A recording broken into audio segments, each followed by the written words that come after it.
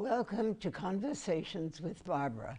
I'm Barbara Kanelopoulos, and with me today are Rosemary Carey, David Mark Welch, and Scott Mueller. Now, I want to thank you so much for coming here to talk about Article 15. That's coming up at the April 10th town meeting, and so it's really important for viewers to understand exactly what that article is all about. So let's start with that. What is Article 15 all about? Well, thank you, Barbara, for having us here tonight.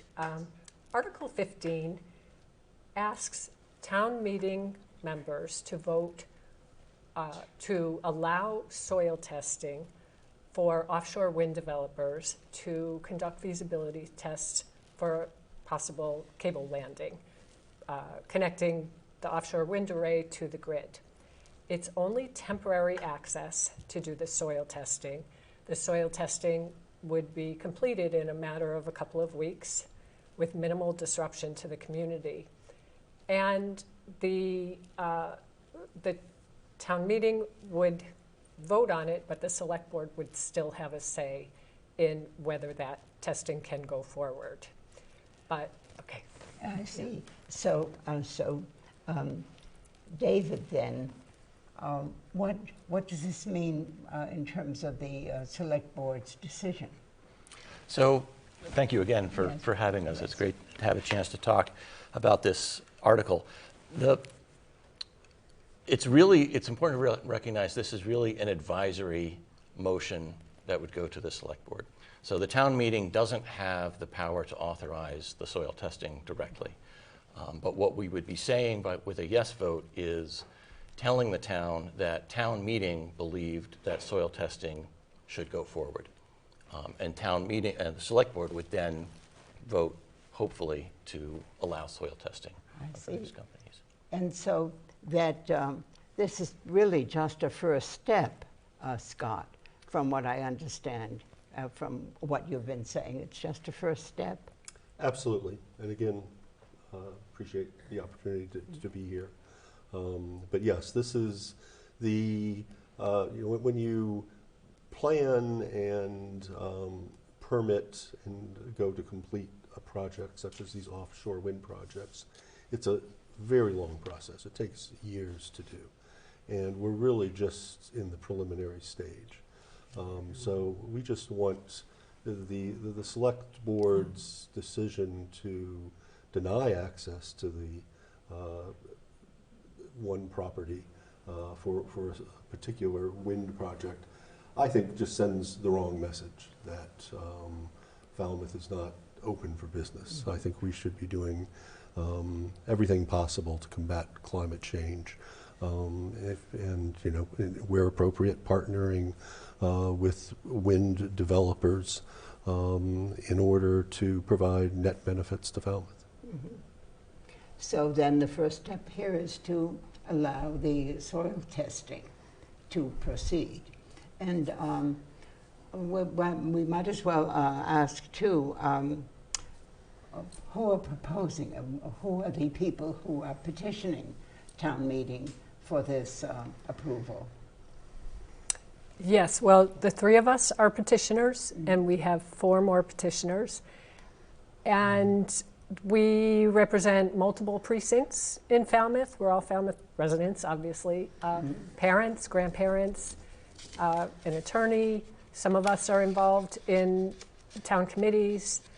And so it's a diversity of people and opinions that we wanted to get to town meeting to have a robust debate. Right. Now, have the petitioners or have any relationship to South Coast? No formal. Yeah. No. In fact, we don't even, I didn't really know Scott until we were both co-signatories on this petition. I see. But we are not supported by or sponsored by in any way any wind project. We're independent. Yes. And that was why we wrote the petition specifically to allow offshore wind developers. We didn't want to name any one developer because we are not partial to one developer. Of We course. just think that offshore wind development should be Yes, at yes. least investigated and debated in Falmouth. So then, well, let's talk about what if they went forward, what would the South Coast project look like? Sure. So you can see on the map. We have a map, We yes. have a map. Yes.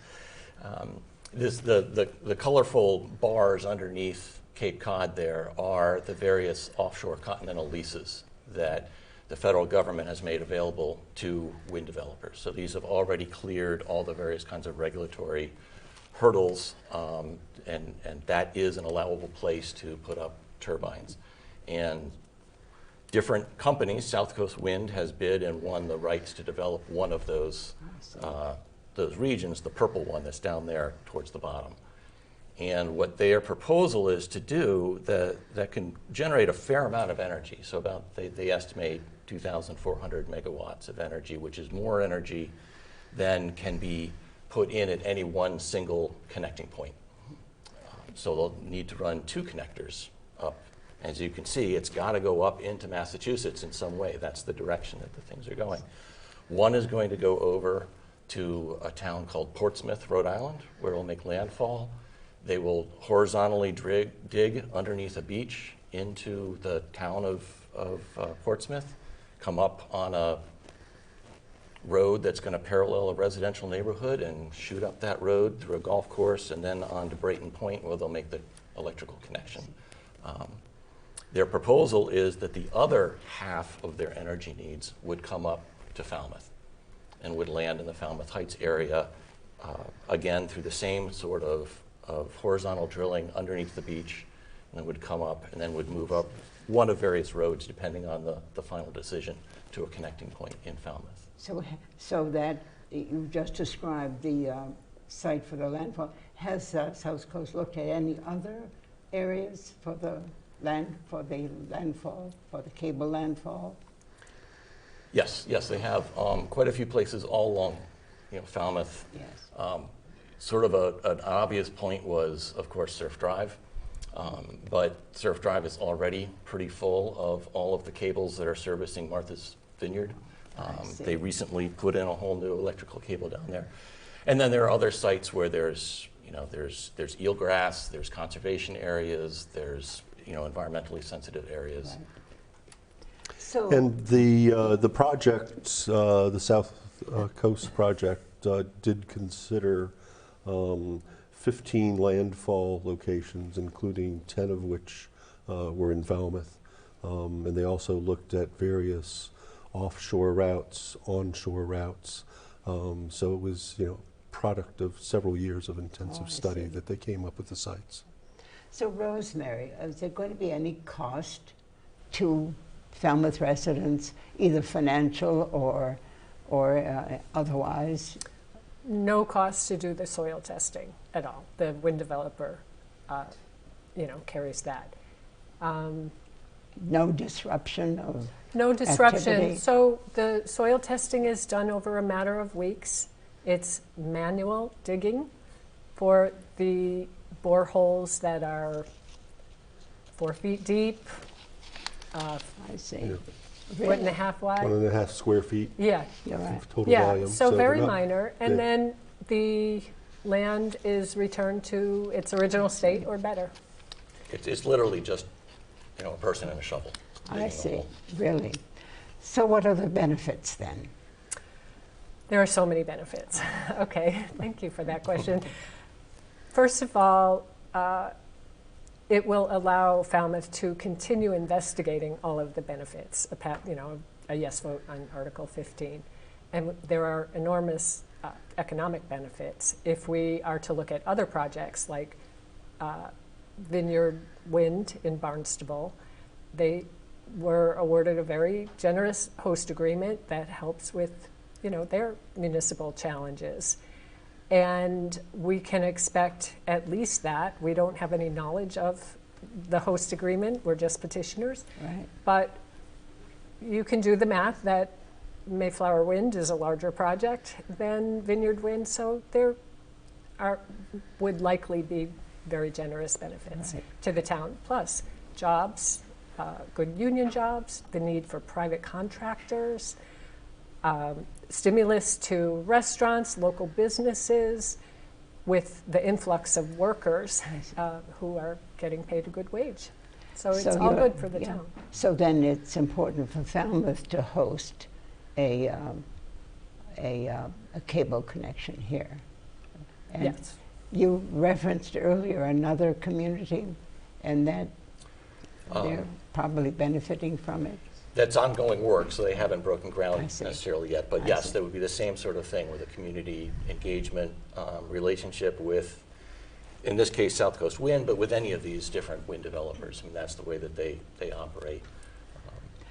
There's been some concern about consequences to health. Can you address that? Any I'll let difficulties? the scientist in our group here address that. Right. Yes, any. So it's not, I mean, so the simple answer is it's not a concern with the kind of electricity that they're going to be running through the town. So this is high voltage direct current. It's going to be buried underground. Even if it weren't buried underground, direct current does not create the sorts of low frequency electromagnetic fields that people have concerns I about. see, I see, I see.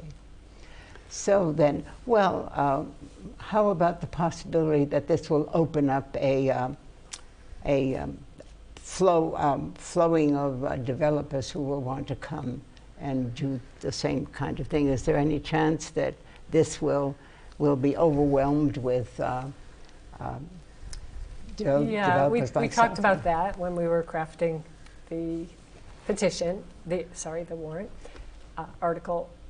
It is unlikely that any developer who didn't already have a lease would come and do testing. And the testing is not inexpensive, so it's a big investment. Oh, I see. And they would have to be a very seriously interested party to do that. So there's no reason to think that anybody and everybody will come and start doing soil I testing see. all over Falmouth.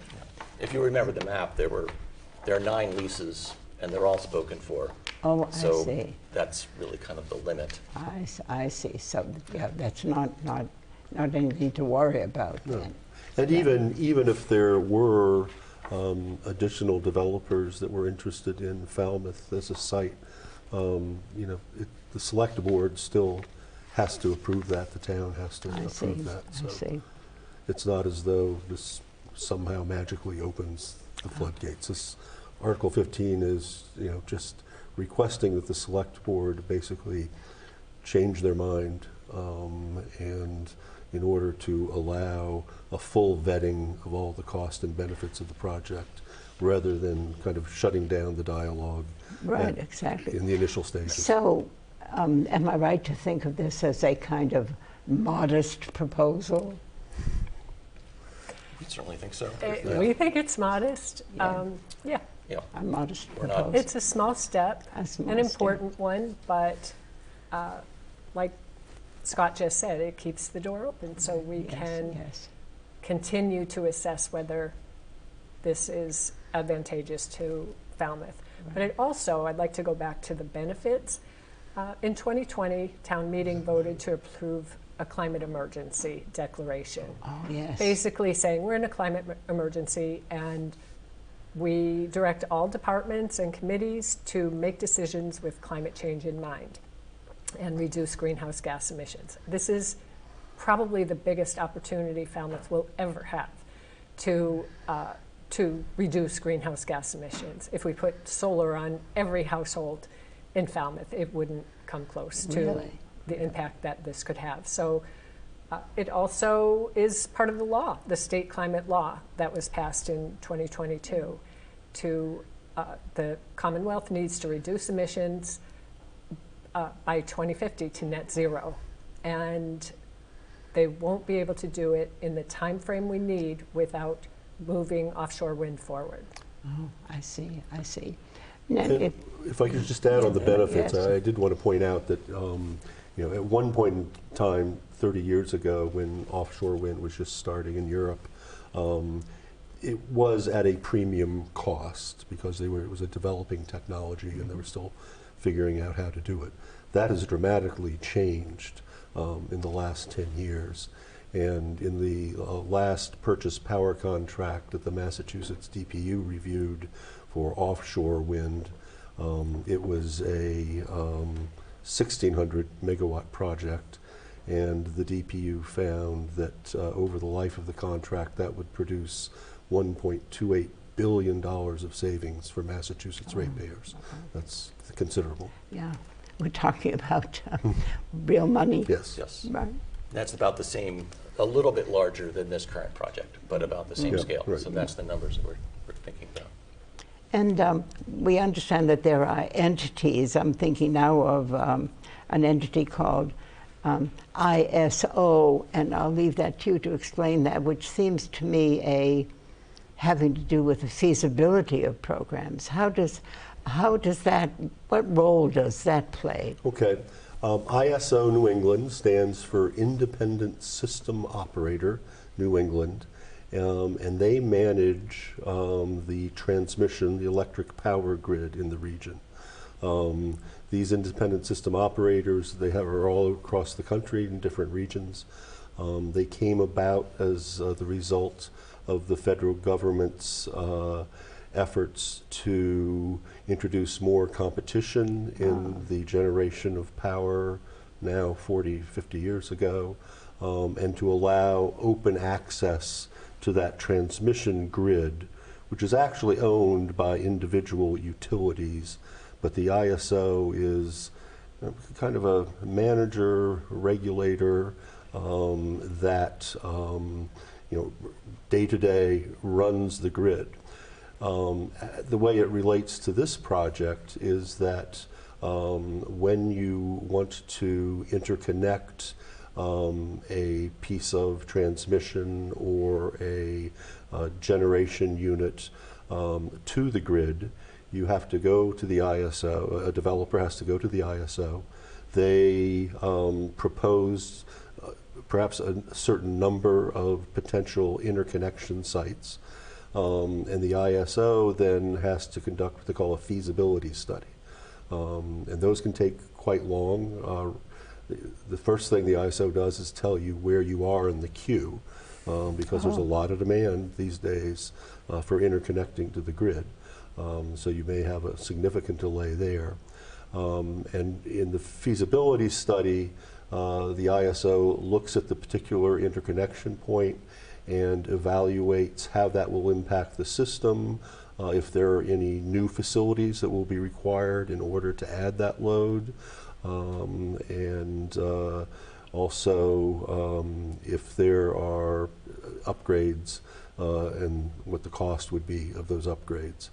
Then the next step is once the ISO and the developer determine a particular interconnection point, they enter into an interconnection agreement that kind of allocates basically how that interconnection will operate and who pays what cost. I see. And you had mentioned some of this 50 years ago. I'm beginning to think that what you're saying, what we should understand is that this isn't just a brand new, untried, experiment, that this has been projects like South Coast has been moving on and continuing to do things, so that there's been proof that things go according to plan. Am I right about that? That this is not a brand new idea? Certainly, it's not brand new. The ISO has been there for probably 30, 40 years, independent power generation has existed for several decades now. If you go, if you were in Iowa or Nebraska, driving along the interstate, you would see windmills everywhere. So that's not new. Yeah. What is a little bit new is that this is an offshore wind project. Yes. And we've just gotten to the point where they've been, allowing the siting of those. So that is a little bit of a different aspect.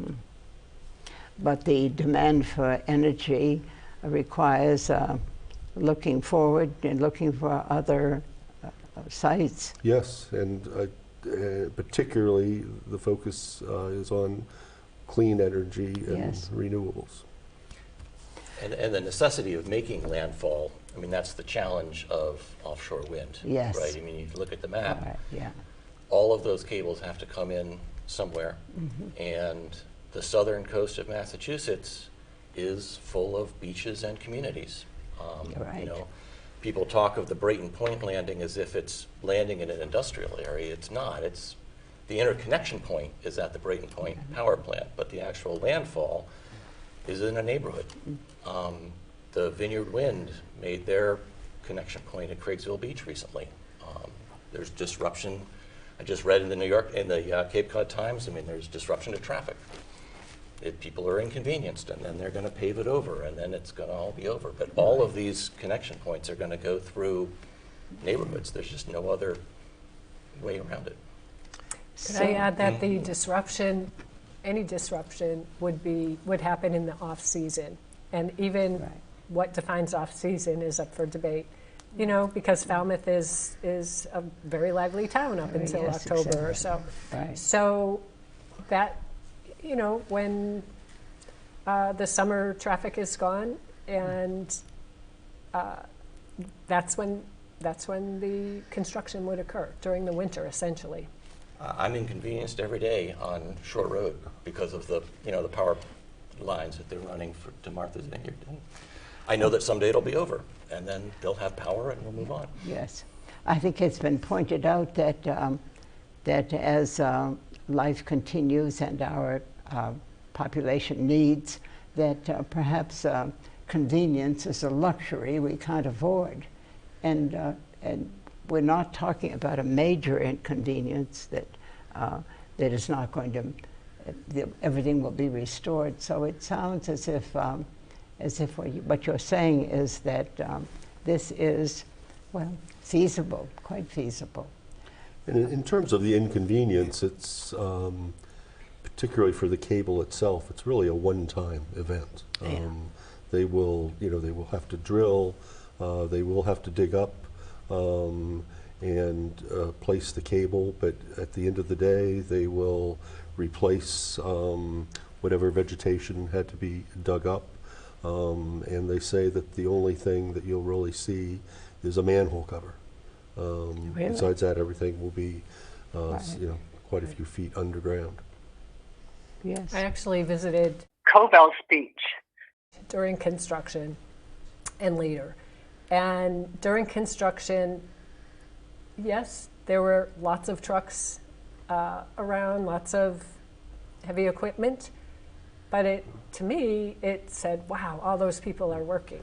Oh, And yes. with good jobs. I thought it was very exciting. And then once the project was done, when the summer began, they put everything back for, to accept summer tourists and, enjoying the beach.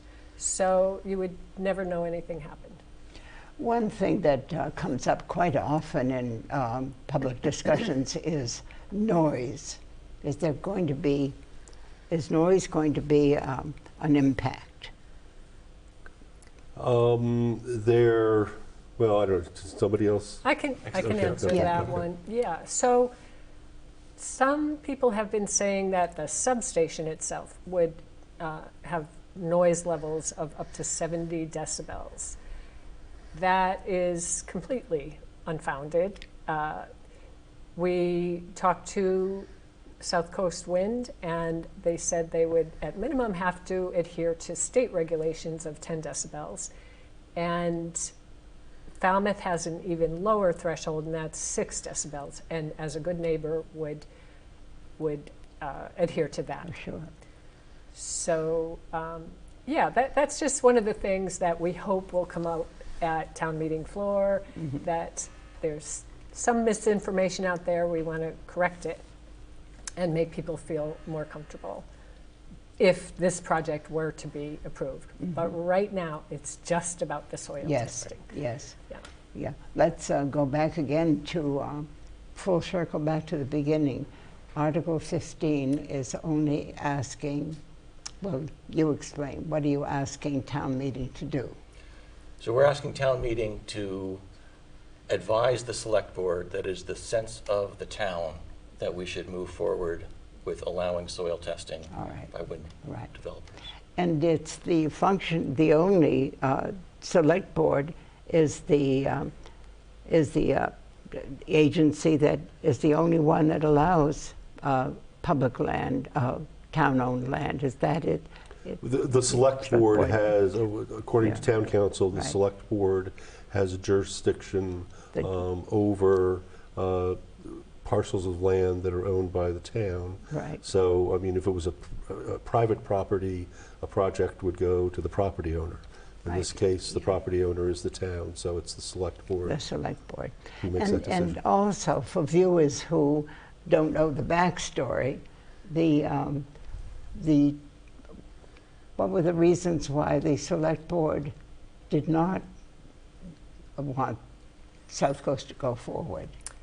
Well, they cited their frustration with the developer on lack of communication, lack of timely answers to questions that they had.